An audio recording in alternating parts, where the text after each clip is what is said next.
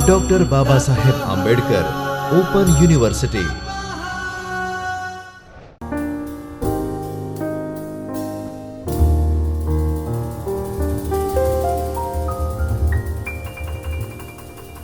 નમસ્કાર વિદ્યાર્થી મિત્રો, SECD 02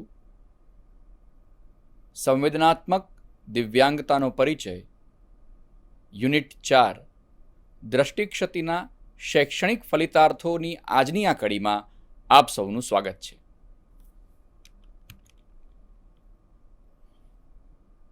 ઇન્ક્લુઝિવ એજ્યુકેશનની જ્યારે આપણે વાત કરીએ છીએ ત્યારે આપણી સામે દિવ્યાંગ બાળકો, સામાન્ય બાળકો, સૌથી નજીકની શાળા, વર્ગમાં સાથે બેસીને ભણવું, રમવું, આ સર્વ ક્રિયાઓ આપણી આંખની સામે આવી જાય છે, જેમાં બાળકોને યોગ્ય તાલીમ પામેલા શિક્ષકો પ્રાપ્ત થાય છે. તેની સાથોસાથ તેમને શૈક્ષણિક સાધનો પણ પૂરા પાડવામાં આવે છે. મોટાભાગના શૈક્ષણિક સાધનો વિનામૂલ્યે આપવામાં આવે છે અને આ સાધનો રાજ્ય સરકાર દ્વારા આપવામાં આવે છે. તે માટે સ્થાનિક સમુદાયની સંસ્થાઓનો ઉપયોગ કરવામાં આવે છે. આ સંસ્થાઓને શોધી કાઢવામાં આવે છે, તેમને આ ભંડોળ પૂરું પાડવામાં આવે છે અને આ ભંડોળ થકી તેઓ વિદ્યાર્થીની મદદ કરતા હોય છે. અંધ બાળકોને શાળાઓમાં દ્રષ્ટિની નબળાઈના કારણે શૈક્ષણિક, સામાજિક અને મનોરંજન પ્રવૃત્તિમાં ભાગ લેવા માટે પૂરતી તકો મળી રહે તે માટે આ ડિઝાઇનનો ઉપયોગ કરવામાં આવે છે. તેમના જ્ઞાનમાં વૃદ્ધિ કરવામાં તેમજ જીવન જીવવા માટે તૈયાર કરવામાં, યોગ્ય તાલીમ આપવામાં અને તેમના માટે જે યોગ્ય સૌથી શ્રેષ્ઠ શાળા છે તે દ્વારા જ આ કાર્ય થઈ શકે છે. શાળામાં આવતા વિદ્યાર્થીઓ જે તેમની સાથે અભ્યાસ કરે છે, એટલે કે તેમના સહાધ્યાયીઓ, એ તેમને શીખવામાં મદદરૂપ થાય, જેને આપણે પીયર ગ્રુપ ટીચિંગ પણ કહેતા હોઈએ છીએ. એક બાળક પોતાના સાથીદાર પાસે જેટલી સરળતાથી કોઈ પણ બાબતને, ખ્યાલને સમજી શકે છે, તેટલું તેના શિક્ષક પાસેથી શીખી શકતો નથી, આવું માનવામાં આવે છે. કારણ કે તે પોતાના વિદ્યાર્થી મિત્ર સાથે ખુલીને વાત કરી શકે છે, એનો સહાધ્યાયી હોવાથી તેની લિમિટેશન્સથી તે પરિચિત હોય છે અને દરેક સહાધ્યાયી મિત્ર હોવાને કારણે મિત્રતાના દાવે સરળતાથી મુદ્દાઓ સમજાવીને વિદ્યાર્થીને મદદ કરી શકાય છે, જે માટે અનુકૂળ પર્યાવરણ ઊભું કરવાનું ઇન્ક્લુઝિવ એજ્યુકેશનમાં સતત પ્રયત્નો કરવામાં આવે છે. શાળામાં બાળકોને અવનવા અનુભવો પ્રાપ્ત થાય છે. મોટા ભાગના લોકો આવા બાળકોને મળતા હોય છે, એમની સાથે કઈ રીતે વાતચીત કરવી તે પણ શીખતા હોય છે અને તેમની સાથે હરીફાઈમાં પણ કોઈક રીતે ઉતરતા હોય છે. અને આ હરીફાઈમાં જ્યારે લોકો એની સામે ઊભા રહે છે, પરિસ્થિતિઓ આવી જાય છે, ત્યારે દિવ્યાંગ બાળક પણ એ હરીફાઈમાં ઊભો રહીને તેનો સામનો કરતા શીખે છે. અને આ માટે શાળા કુટુંબ જેવી વ્યવસ્થાનું નિર્માણ કરતી હોય છે.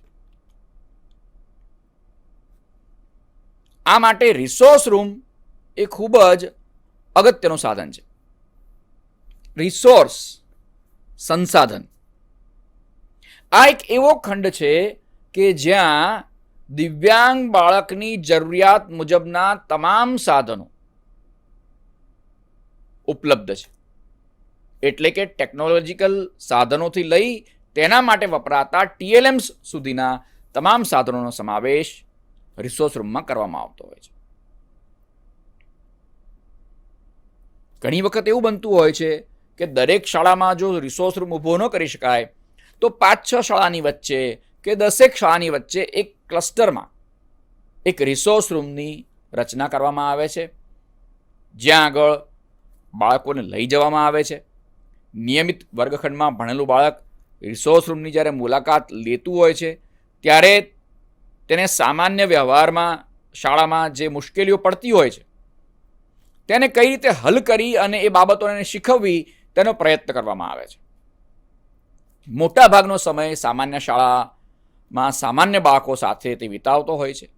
આમ સામાન્ય શાળાઓમાં ખાસ શિક્ષણ સેવાઓ માટે રિસોર્સ રૂમની તૈયારી કરવામાં આવે છે. અને આ મોડેલ દરેક બાળક માટે આવકાર્યદાયક હોય છે અને આ મોડેલ દરેક બાળકને આવકારે છે. ફરતા શિક્ષકોનું મોડેલ, જેને આપણે પ્રવાસી શિક્ષકો પણ કહીએ છીએ, ઇટિનરન્ટ ટીચર્સ તરીકે પણ તેમને ઓળખવામાં આવે છે. તો રિસોર્સ રૂમના જે અમુક ગેરલાભ છે, અથવા તો આપણી બીજી ભાષામાં કહીએ તો જે મર્યાદાઓ છે, એ મર્યાદાઓને દૂર કરવા માટે થઈને દૈનિક અભ્યાસક્રમમાં સરળતા રહે તે માટે અને સામગ્રીઓ બાળકો સુધી સરળતાથી પહોંચી રહે તે માટે આ મોડેલનો બહુ સારી રીતે ઉપયોગ કરવામાં આવે છે. અને ગુજરાતમાં આ મોડેલ ખૂબ જ સફળ પણ થયું છે, જેમાં વિશિષ્ટ શિક્ષક એક હોય જે 4-5 શાળાઓની વચ્ચે ફરતો રહે છે, જેને 10 વિદ્યાર્થીઓ આપી દેવામાં આવ્યા હોય છે. તો આ 8થી લઈને 10 વિદ્યાર્થીઓની ઉપર એક શિક્ષક રાખવામાં આવે છે, જે તેમને વારાફરતી મદદ કરવા માટે એમની શાળામાં પહોંચે છે. બાળક તો આપણે અગાઉ કહ્યું તેમ સામાન્ય શાળામાં જ છે અને દરેક જગ્યાએ વિશિષ્ટ શાળાઓ ઉપલબ્ધ નથી હોતી. આથી વિશિષ્ટ શિક્ષકોને સામાન્ય શાળાઓમાં મોકલવાની વ્યવસ્થા આ મોડેલની અંદર કરવામાં આવે છે, જેમાં તાલીમ પામેલા તજજ્ઞો દ્વારા યોગ્ય કુશળતાઓ વિદ્યાર્થીમાં વિકસાવવાનો પ્રયત્ન કરવામાં આવે છે. પણ આવા વિદ્યાર્થી સાથે કાર્ય કરવા માટે સામાન્ય શાળાનો સ્ટાફ પણ અનુકૂળ બને. જે પ્રમાણે વિશિષ્ટ શિક્ષક તેમને માર્ગદર્શન આપે, વિશિષ્ટ બાળક સાથે કામ કરવાનું, તે મુજબ સામાન્ય શાળાના શિક્ષકો એને અનુસરે અને બાળકની અનુકૂળતા મુજબ વર્તનનો, શિક્ષણનો પ્રયત્ન કરે. બાળકને યોગ્ય પાઠ્યપુસ્તકો અને પઠન સામગ્રી આ શિક્ષકો દ્વારા આપવામાં આવે છે. તેમને જરૂરિયાત મુજબની માર્ગદર્શન અને સલાહ પૂરી પાડવામાં આવે છે. તેમજ મેં અગાઉ કહ્યું તેમ તેમના શિક્ષકોને સાથોસાથ તેમના વાલીઓને પણ માર્ગદર્શન પૂરું પાડવામાં આવે છે. આપણે જાણીએ છીએ કે નિવાસી શાળાઓની એક ચોક્કસ લિમિટેશન્સ છે, મર્યાદાઓ છે. ત્યાં એની જે સંખ્યા હશે તેની કરતાં વધારે વિદ્યાર્થીઓ તે શાળામાં સમાવી શકાતા નથી.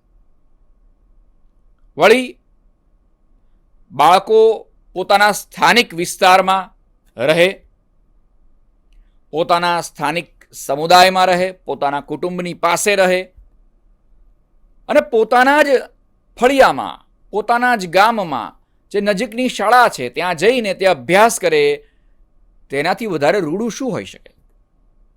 જો તે નિવાસી શાળામાં જશે તો તેને પોતાનો પરિવાર, પોતાનો સમુદાય, પોતાનું ગામ છોડવું પડશે અને એ શાળા જે જગ્યાએ હશે ત્યાં તેણે જવું પડશે. પરંતુ જ્યારે આ પ્રકારનું મોડેલ આપણે જોઈએ છીએ કે શિક્ષકો ફરતા રહે, ત્યારે તેમને વધારે સમય પોતાના સમુદાય સાથે, કુટુંબ સાથે મળે છે, પોતાના નજીકના લોકો સાથે મળી રહે છે અને પરિણામે બાળકનો વિકાસ વધારે સારો થાય છે. અને માટે તમે આ તફાવત જોઈ પણ શકો છો કે એક સામાન્ય શાળામાં પોતાના ઘરની નજીક અભ્યાસ કરતો વિદ્યાર્થી અને કોઈ એક તરફ જે નિવાસી શાળામાં પોતાના કુટુંબથી દૂર રહીને અભ્યાસ કરતો વિદ્યાર્થી, આ બંનેની વચ્ચેનો જે તફાવત છે, આ તફાવતને આપણે રીતસરના નોંધી શકીએ છીએ કે કયું વિદ્યાર્થી વધારે આગળ છે, કયો વિદ્યાર્થી પાછળ રહી જાય છે. વિશિષ્ટ શિક્ષણમાં ખૂબ જ એક અગત્યનો મુદ્દો છે, તે છે વ્યક્તિગત શિક્ષણ કાર્યક્રમ. તેને ઇન્ડિવિજ્યુઅલાઇઝ એજ્યુકેશન પ્લાન અથવા તો ઇન્ડિવિજ્યુઅલાઇઝ પ્રોગ્રામ ઓફ એજ્યુકેશન, આ બંને નામથી ઓળખવામાં આવે છે, જેમાં વિદ્યાર્થીની ક્ષમતાને ધ્યાનમાં લેવામાં આવે છે. વિદ્યાર્થી મિત્રો, આપણે સૌ જાણીએ છીએ કે દરેક વિદ્યાર્થી એ બીજા વિદ્યાર્થી કરતાં થોડો જુદો હોય છે. વ્યક્તિગત લક્ષણો દરેક વ્યક્તિના જુદા હોય છે. કોઈ વિદ્યાર્થી એક સમાન હોતા નથી. આ જ બાબતને ધ્યાનમાં લે છે વ્યક્તિગત શિક્ષણ કાર્યક્રમ. વિદ્યાર્થીની ક્ષમતા, વિદ્યાર્થીની જરૂરિયાત, વિદ્યાર્થીની સમજ પ્રમાણે શિક્ષક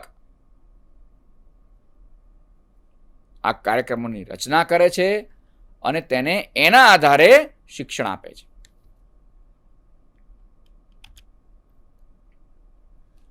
દ્રષ્ટિ ક્ષતિ ધરાવતા બાળકોની આપણે જ્યારે ચર્ચા કરી રહ્યા છીએ ત્યારે બાળકને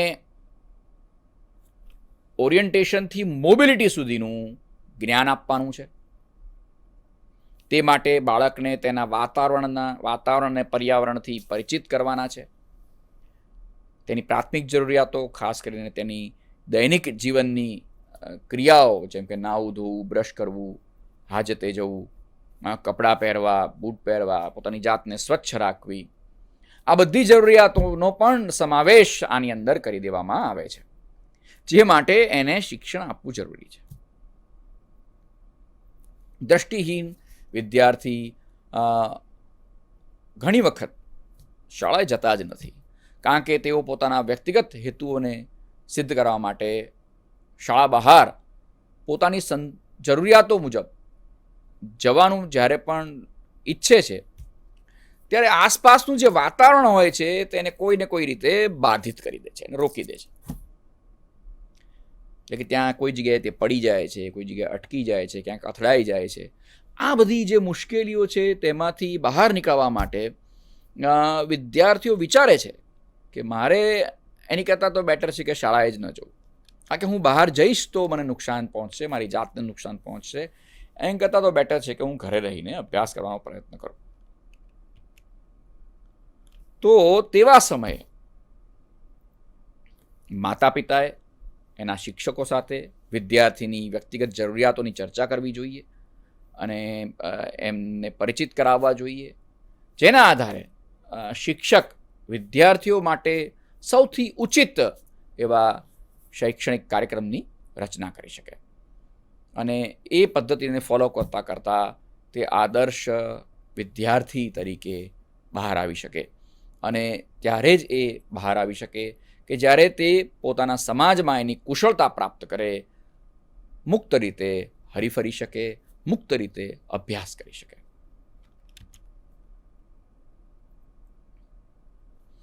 વ્યક્તિનો વિકાસ પણ આપણે ત્યારે જ ગણી શકીએ કે જ્યારે તેને વ્યાવસાયિક તાલીમ મળે. કોઈ પણ વ્યક્તિ અભ્યાસ શા માટે કરે છે? જ્ઞાન પ્રાપ્તિ એ તો એનો એક ઉદ્દેશ છે જ, પરંતુ આ જ્ઞાન પ્રાપ્તિ થકી વ્યક્તિ પોતાના સમાજમાં, પોતાના કુટુંબમાં એક ફળદ્રુપ નાગરિક તરીકે, પરિવારના એક ફળદ્રુપ સભ્ય તરીકે આગળ ક્યારે આવશે? કે જ્યારે તે કોઈ વ્યવસાય કરશે અને એ વ્યવસાય થકી પોતાના કુટુંબનું ભરણપોષણ કરી શકે, પોતાનું ભરણપોષણ કરી શકે અને સમાજમાં આના થકી તેનો ઋતબો વધે છે, જે માટે તેને વ્યવસાયિક તકો મળી રહેવી જોઈએ. એ માટે આપણે બાળકોને ટૂંકા ગાળાની તાલીમો પણ આપી શકીએ છીએ. ટેકનોલોજી વિશે વ્યક્તિગત રીતે ઝડપથી અથવા સરળતાથી માહિતીઓ અને માર્ગદર્શનનું આદાન પ્રદાન આપણે કરી શકીએ છીએ, જેના થકી બાળક પ્રવૃત્તિ દ્વારા પોતાના કુટુંબના તેમજ સમુદાયના એક કાયમી સ્થાન બનાવશે અને એનું કુટુંબમાં સ્થાન બનશે, સમાજમાં સ્થાન બનશે, મિત્રો તેના બનશે, બુદ્ધિજીવી વ્યક્તિગતતા ધરાવનારા લોકો સાથે તેને કામ કરવાની તક મળશે. અને આવું જ્યારે થાય ત્યારે જ તેનું યોગ્ય પ્લેસમેન્ટ થયું કહેવાય. વિદ્યાર્થી રહેતો હોય કોઈ એક એરિયામાં અને એનું પ્લેસમેન્ટ આપણે બહુ જ દૂર, ઘરથી દૂર ક્યાંક કરવું પડે અને જેના થકી તે પોતાના સમાજથી દૂર થઈ જાય, કુટુંબથી દૂર થઈ જાય. જો એવું કરવું પડે તો તેને આપણે યોગ્ય પ્લેસમેન્ટમાં મૂકી શકતા નથી, કે 100% પ્લેસમેન્ટ થઈ ગયું છે યોગ્ય રીતે તેવું કહી શકતા નથી. અને આ માટે આપણે જેમ ઇન્ક્લુઝિવ એજ્યુકેશનની વાત કરી તે જ રીતે આ બીજો મુદ્દો આવે છે, તે છે મુખ્ય પ્રવાહ, મુખ્ય ધારા. મુખ્ય ધારા એટલે શું? આમ કહેવા જઈએ તો જ્યારે બહુમતી કોઈ એક વિચારને અનુમોદન આપે છે, બહુમતી કોઈ એક કાર્ય કરતું હોય છે તો એને આપણે મુખ્ય પ્રવાહ કહીએ છીએ. બીજી ભાષામાં કહીએ તો મુખ્ય પ્રવાહ એક આદર્શ પરિસ્થિતિ છે અને અસાધારણ વિદ્યાર્થીઓને પ્લેસમેન્ટ માટે આપણે મુખ્ય ધારામાં જોડવા ખૂબ જરૂરી છે,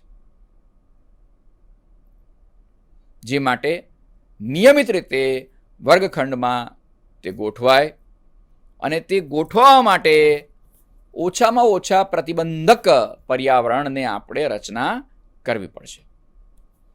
અને માટે જ આપણે મુખ્ય પ્રવાહ અને સંમિલિત શિક્ષણનો ઉલ્લેખ વારંવાર કરતા રહીએ છીએ. મુખ્ય ધારામાં શા માટે વિદ્યાર્થીઓને જોડવા જોઈએ? આ બીજો પ્રશ્ન આવીને આપણી સામે ઊભો રહે છે.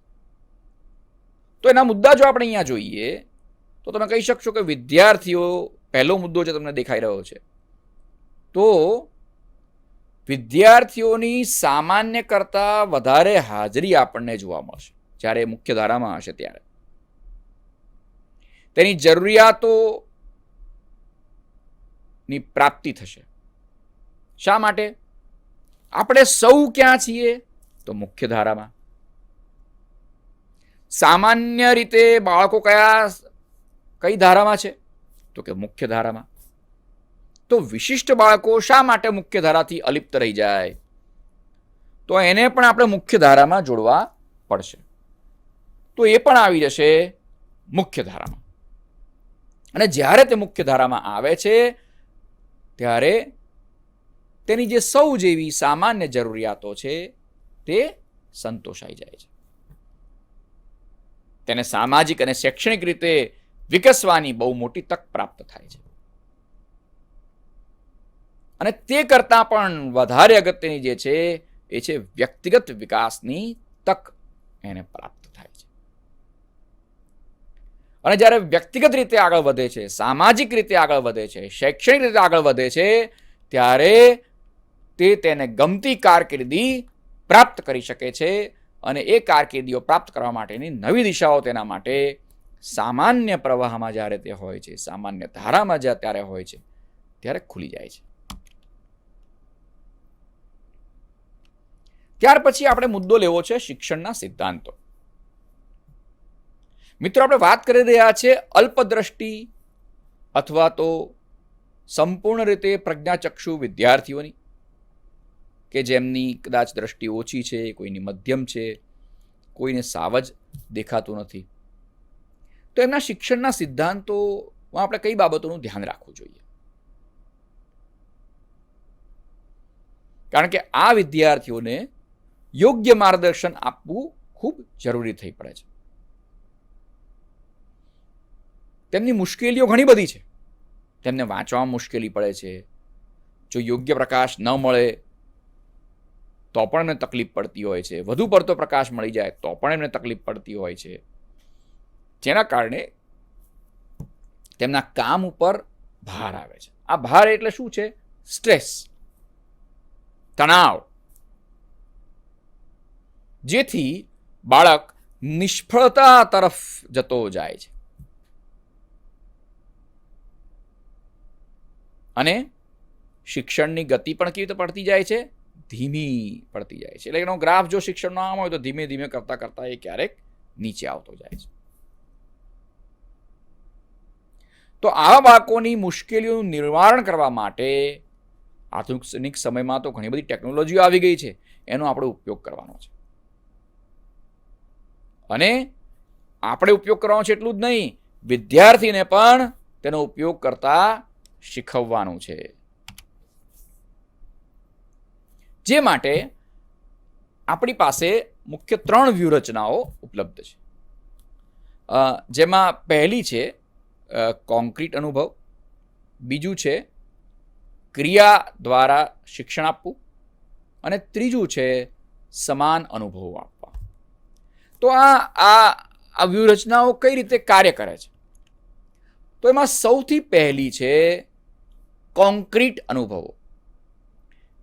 કોન્ક્રીટ અનુભવોને ગુજરાતીમાં આપણે કહીશું કે મૂર્ત અનુભવો આપવા.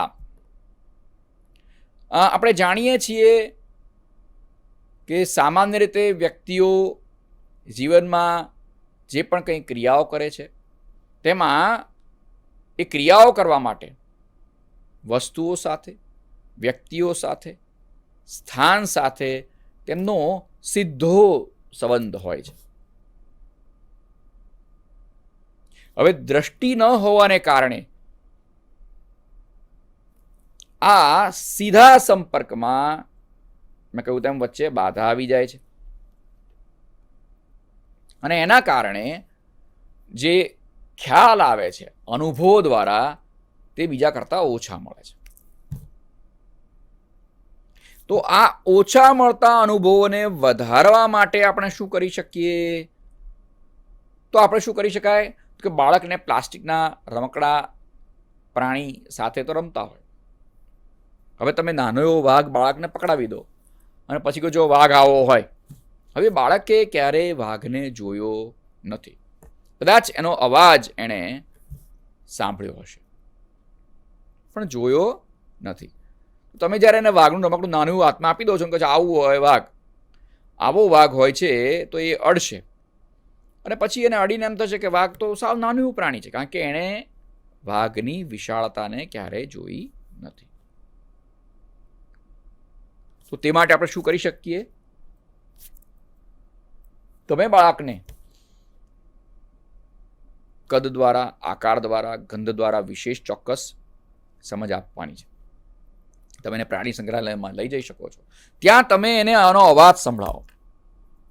તમે એને સામાન્ય બાળકો સાથે લઈ જાઓ છો ત્યારે એ બાળક ત્યાં જઈને પોતાના કાનેથી એનો અવાજ સાંભળશે, નાકથી એના પાંજરા પાસે કેવા પ્રકારની ગંધ આવે છે એનો એને ખ્યાલ આવશે.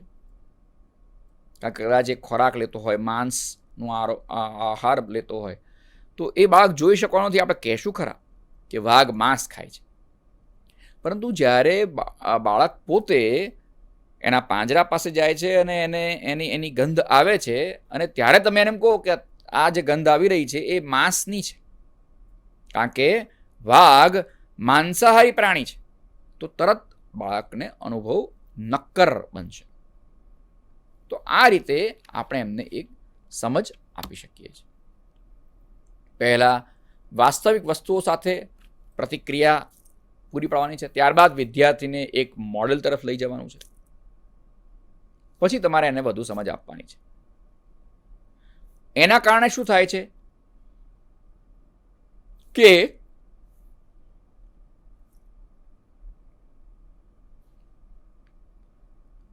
બાળકને પહેલા તમે પ્રત્યક્ષ અનુભવ કરાવવાનો પ્રયત્ન કર્યો અને ત્યાર પછી તમે એના હાથમાં જ્યારે રમકડું મૂકો છો તમે કહો છો કે વાઘ તો બહુ મોટો હોય, આ એની પ્રતિકૃતિ છે, જો એની પૂંછડી કેવી લાંબી છે. વાઘ આ રીતનું પ્રાણી હોય છે. કદાચ તમારી પાસે ફરવાળું રમકડું હોય તો તમે એને કહી પણ શકો કે આ રીતનું એની સુંવાળી ચામડી હોય છે, જેના પર આપણને વાળનો પણ અનુભવ થાય છે, રૂંવાટીનો પણ અનુભવ થાય છે. તો આ રીતે તમે એના અનુભવોને વધારે નક્કર બનાવતા જાઓ છો, જેના કારણે વિદ્યાર્થી તે બાબત વિશે વિચારશે, તક કરશે, તર્કની સાથે સાથે અનુભવ મેળવવાનો પ્રયત્ન પણ કરશે, જેના કારણે તેનામાં ભેદ પારખવા, સમાનતા વગેરેના કૌશલ્યોનો વિકાસ થતો આપણને જોવા મળશે. શિક્ષણ દ્વારા વિદ્યાર્થીને અમૂર્ત બાબતોને સમજાવવા મૂર્ત ખ્યાલ આપવા જોઈએ. તો આ તમારે ખાસ ધ્યાનમાં રાખવાનું છે કે મૂર્ત બાબતો તમે આપશો, તેના આધારે વિદ્યાર્થી અમૂર્ત બાબતોનો ખ્યાલ મેળવતો થઈ જશે. ક્રિયા દ્વારા શિક્ષણ, લર્નિંગ બાય ડુઈંગ, આ અત્યારના દિવ્યાંગો માટે જ નહીં પરંતુ સામાન્ય બાળકો માટે પણ સૌથી વધારે ઉપયોગમાં લેવાતો કોન્સેપ્ટ છે. આનો ઉપયોગ અત્યારે દરેક સામાન્ય બાલમંદિરોમાં પણ કરવામાં આવે છે. દ્રષ્ટિ ખામી ધરાવતા વિદ્યાર્થીઓ માટે જાણીએ છીએ કે સીધી રીતે વિશ્વને સમજવું, જાણવું, પીછાણવું ખૂબ અઘરું થઈ જતું હોય છે. તો આ બધી માહિતી બાળકને મેળવવા માટે શું કરાવવું જોઈએ? તો આપણે બાળકને પોતાની દૈનિક ક્રિયાઓ જાતે કરતા તૈયાર કરવાનો છે સૌથી પહેલાં તો, જેથી કરીને તે પોતાનું જીવન સ્વતંત્ર રીતે ટકાવી શકે, કોઈના સહારાની તેને ક્યારેય જરૂર પડે નહીં, જેથી અન્ય લોકો પર તેની પરાધીનતા પણ ઘટી જશે અને તે સમાજમાં ટકી રહેશે, પોતાના પર્યાવરણમાં ટકી રહેશે. દયા, કરુણા વગેરે લાગણીઓ દ્રષ્ટિહીન અપંગ વિદ્યાર્થીઓના શિક્ષણમાં હંમેશા બાધારૂપ થાય છે. હવે આ કોન્સેપ્ટ બધા જૂના થઈ ગયા છે. પહેલાંનો એક જમાનો હતો કે જ્યારે આપણે દિવ્યાંગ વ્યક્તિઓને બિચારા કહીને સંબોધતા. ઘણા લોકો આજે પણ સંબોધન કરે છે, પરંતુ તેમનામાં રહેલી ક્ષમતાને ન જાણનારા વ્યક્તિઓ આ શબ્દોનો પ્રયોગ કરતા હોય છે. આજે તો ઘણા ખરા દિવ્યાંગો સામાન્ય વ્યક્તિઓને પણ પાછળ નાખીને આગળ વધતા શીખી ગયા છે. પણ એ આવું ક્યારે કરવામાં સક્ષમ રહ્યા છે?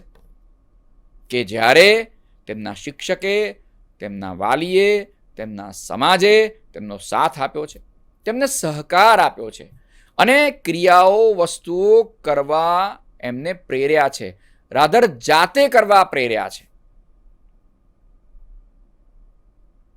પણ દ્રષ્ટિહીન વિદ્યાર્થીને આ માટે યોગ્ય તાલીમ આપવી પડે છે અને આ યોગ્ય તાલીમ આપવા માટે શૈક્ષણિક પ્રવૃત્તિ એ ક્રિયા દ્વારા જો કરાવવામાં આવે, એટલે કે ક્રિયા દ્વારા શિક્ષણ કરાવવામાં આવે, તો આવા વિદ્યાર્થીઓની લાચારીને પણ આપણે ટાળી શકીએ છીએ.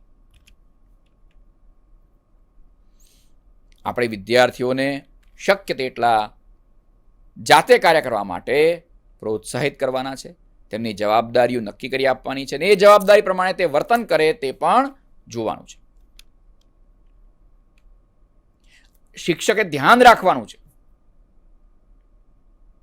કે તેણે સૂચવેલી પ્રવૃત્તિમાં દરેક વિદ્યાર્થી તેને સોંપવામાં આવેલી જવાબદારી જે છે એનું યોગ્ય રીતે સંવહન કરે.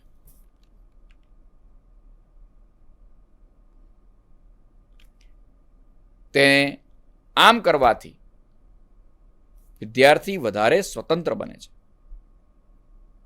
કેમ સ્વતંત્ર બને છે? કારણ કે તે પ્રવૃત્તિઓ તેણે જાતે કરી છે, એટલે આત્મનિર્ભરતા તેનામાં કેળવાય છે અને આત્મનિર્ભરતા અને આત્મવિશ્વાસ તેને પોતાના જીવનમાં આગળ વધવા માટે વધારે પ્રવૃત્ત કરતા જાય છે. આમ આ પગલાં તેમને સ્વતંત્ર રીતે કાર્ય કરવાની પૂર્ણ પરવાનગી આપે છે અને આ પરવાનગી તેના હૃદયમાંથી નીકળે છે, મનમાંથી નીકળે છે, કારણ કે તેને ખબર છે કે તે એને સોંપવામાં આવેલી કોઈ પણ જવાબદારીને નિભાવી શકશે.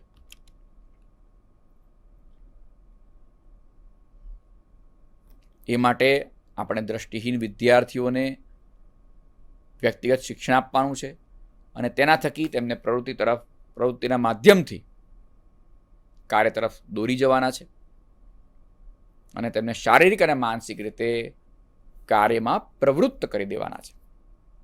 એ માટે સતત એમનો ઉત્સાહ વધારતા રહેવાનું છે. જ્યારે વિદ્યાર્થીને મદદની જરૂર હોય છે ત્યારે તેવી પરિસ્થિતિમાં અન્ય વિદ્યાર્થી એ પરિસ્થિતિમાં એને મદદ કરે. સીધો શિક્ષક તેને મદદ કરવા આવે તેની કરતાં તેનો મિત્ર તેને મદદ કરે તે વધારે યોગ્ય છે. કારણ કે ત્યારે વિદ્યાર્થીનો અહમ પણ ઘવાતો નથી, કારણ કે તેનો મિત્ર તેને મદદ કરી રહ્યો છે અને મિત્ર પણ એટલી જ મદદ કરી શકશે કે જે તેનાથી થશે. એટલે વૈકલ્પિક મદદની અહીંયા આગળ રચના થશે અને સમસ્યાનો આ રીતે હલ કરવામાં આવશે.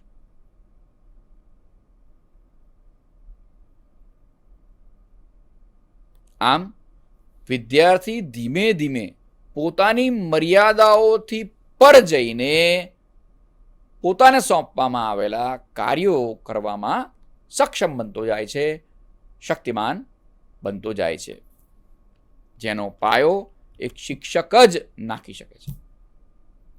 અંતિમ છે એક સૂત્રી અનુભવો.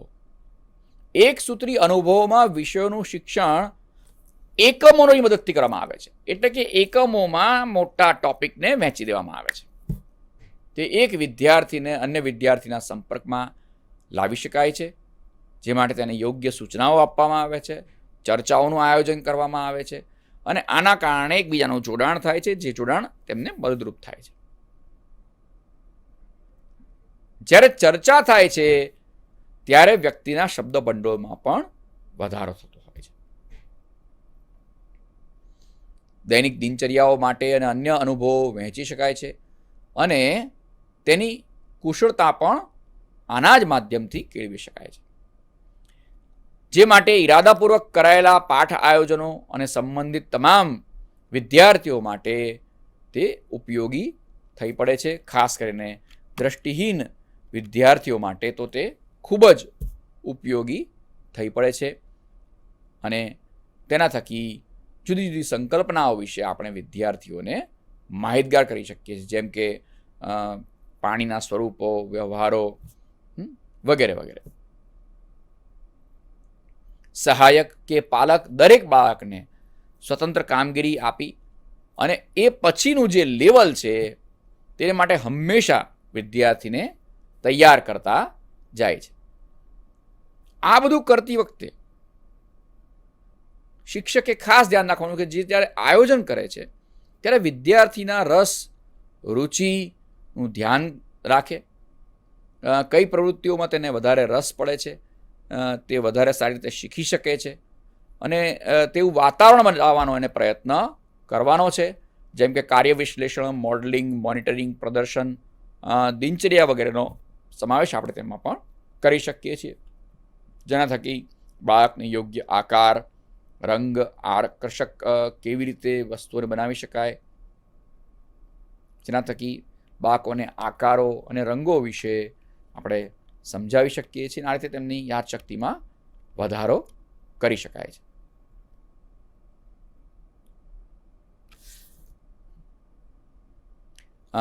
તો આ રીતે બાળકોને આ 3 મેથડથી આપણે શિક્ષણ આપી અને તેમની યાદશક્તિમાં વધારો કરી શકીએ છીએ. આગળની કડીમાં ફરી પાછા આપણે ભેગા થઈશું. ત્યાં સુધી ધન્યવાદ. स्वाध्यायः